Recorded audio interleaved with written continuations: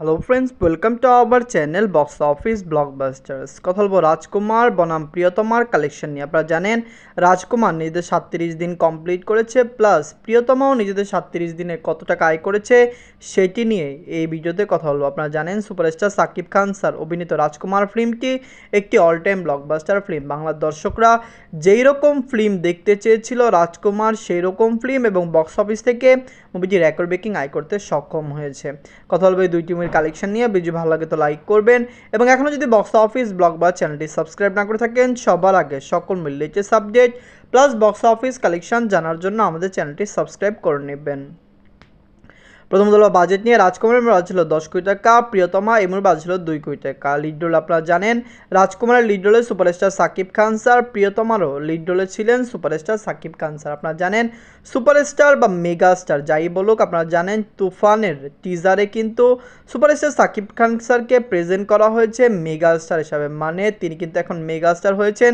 পাশাপাশি তাকে এখন প্যান ইন্ডিয়া স্টার বলা হচ্ছে, কারণ সুপারস্টার সাকিব খান স্যারের নেক্সট যত প্রজেক্ট আছে, যত ফিল্ম আছে, সব কিন্তু প্যান ইন্ডিয়া রিলিজ হবে। প্যান ইন্ডিয়া মানে শুধু বাংলাদেশে নয়, ইন্ডিয়াতে মুভিটি সাউথ ল্যাঙ্গুয়েজ প্লাস হিন্দি মার্কেটে রিলিজ হবে, যার কারণে কিন্তু মুভিগুলিকে প্যান ইন্ডিয়া বলা হচ্ছে। সুপারস্টার সাকিব খান স্যারের বর্তমানে যেরকম মার্কেট, দর্শকরা তার ফিল্মকে যেরকমভাবে এক্সপেক্ট করে, তিনি কিন্তু প্যান ইন্ডিয়া স্টার। আপনারা জানেন রিসেন্ট টাইমে প্রিয়তমা কিন্তু ওভারসিজ মার্কেট থেকে অনেক বেশি টাকা আয় করেছে, যেখানে রাজকুমারী ওভারসিজ মার্কেট থেকে অনেক টাকা আয় করেছে। ইতালির মতো দেশে যেখানে কয়জন বাংলাদেশি থাকে, সেখান থেকে রাজকুমার 25 লক্ষ টাকা প্লাস বিজনেস করতে সক্ষম হয়েছে।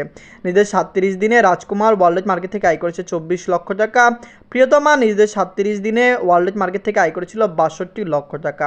আপনি জানিয়ে দেয় রাজকুমারের থেকে প্রিয়তমার কালেকশন এই দিনগুলিতে অনেক বেশি ছিল। যদি গ্রোস কালেকশন কথা বলি, রাজকুমার এখন পর্যন্ত টোটাল গ্রোস কালেকশন করেছে 31 কোটি 74 লক্ষ টাকা, যেখানে প্রিয়তমা টোটাল আয় করেছিল 18 কোটি 82 লক্ষ টাকা। আপনি জানিয়ে দেয় সকল ফিল্ম ব্লকবাস্টার হয় না, সকল ফিল্ম অল টাইম ব্লকবাস্টার হয় না।